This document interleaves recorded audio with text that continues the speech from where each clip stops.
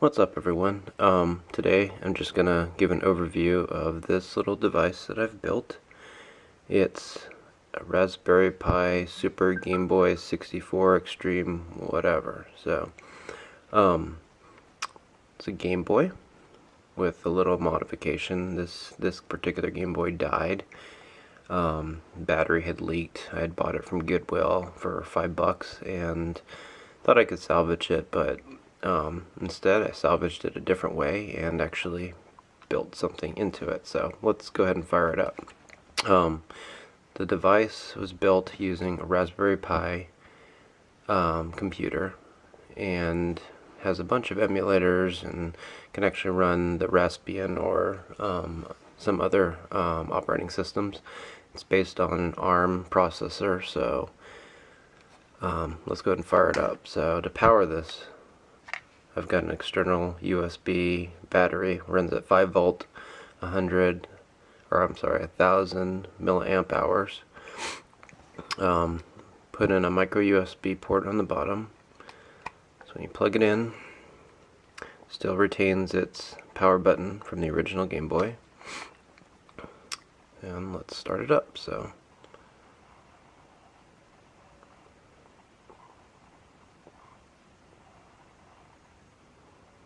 takes a few seconds to load.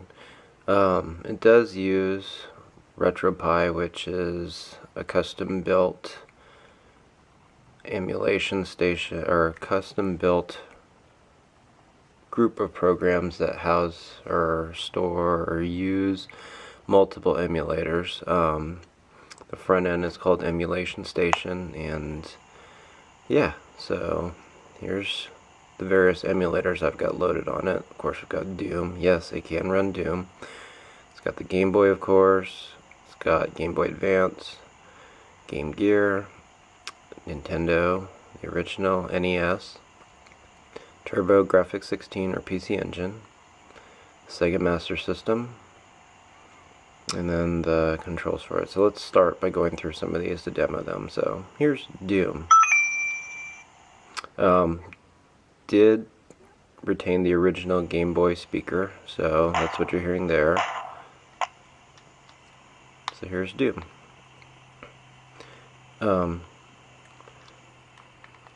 Strafe used with that button. So as we run around, fires.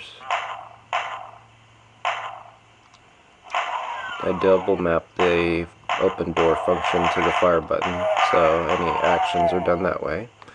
So yeah, there's Doom. So to exit any emulators, I mapped it to the select button. Let's fire up a Game Boy game. The other thing I did add was some back buttons for some Game Boy Advance games. But in the emulation station, they're used for paging up and paging down, so makes it handy to get through the various ROMs. So let's fire up one of my favorites, Super Mario Land 2.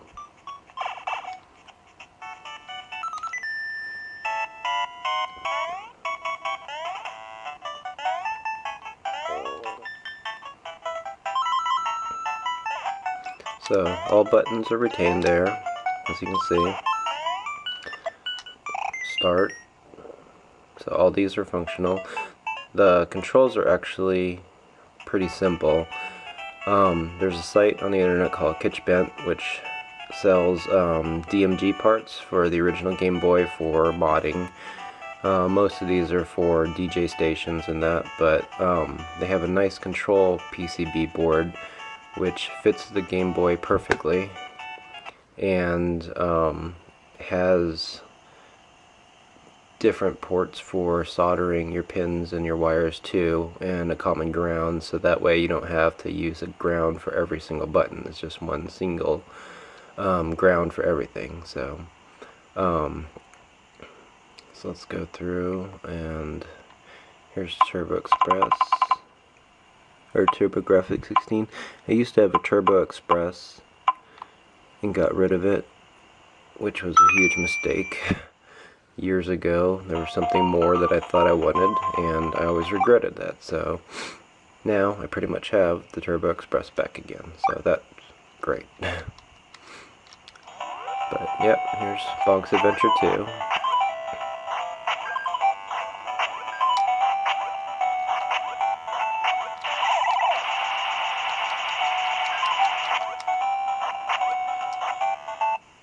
Alright. So then, Sega Master System. It was a good system for its time, I thought. I mean, unfortunately, it came out at the same time as the NES, so let's just pick a game. So it kind of got overshadowed by that. But now I can play all of the Master System stuff on my Game Boy thingy. I decided to go with an external battery only because space was an issue. I mean, the Game Boy is not very big, obviously, and the Raspberry Pi plus the screen take up most of the internal space for this. So, plus with an external battery, I mean, I play mostly at home, so an external battery doesn't really affect me. I can always plug it into a 5-volt phone charger if I need to, which was nice. And plus I didn't have to worry about having a charging board or a LiPo charging board, as well as a up or down volt regulator. So that worked out best. And plus, if this ever dies, just run out and get a new one. So here's the Master System. Do plan on adding some more emulators, given that I have a couple extra buttons, so I do want to add some Mega Drive or Genesis ones, as well as even the Super Nintendo for those that only use the front buttons plus shoulders. This does run a full version of Raspbian behind the scenes, so technically, oh, that was great. Technically, I can run a desktop environment, but you really wouldn't want to do that on this. So anyways, getting to the specs, again, it's got a Raspberry Pi Model B. It's the 512 meg version. It's running at 700 megahertz.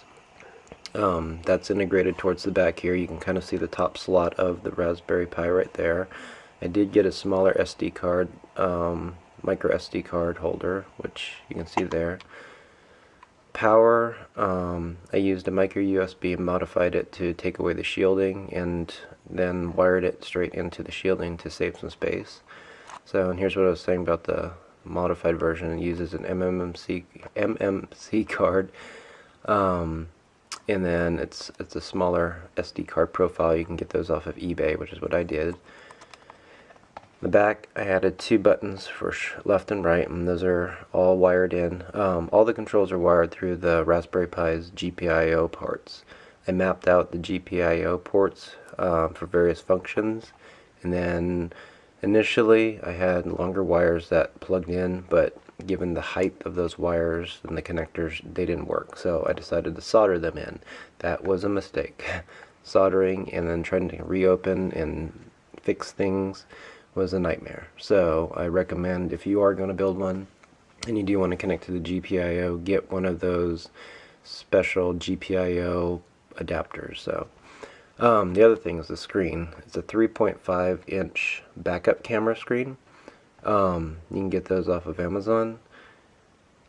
Putting it initially, I had put it into landscape mode, so trying to retain the original size of the Game Boy screen. Well, that didn't work. I couldn't ever get the emulation station or the emulators to run well with that portrait with that portrait layout.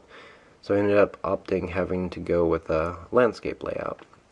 Given that, well, why not bump the screen size up? So using a Dremel, I trimmed out most of the Game Boy window, the original Game Boy window, and then used black wiring tape, what do you call it? Electrical tape, sorry, to border the frame so you wouldn't see the silver. So once that was done, the next step was to mount the board into the actual Game Boy for the controller for the LCD.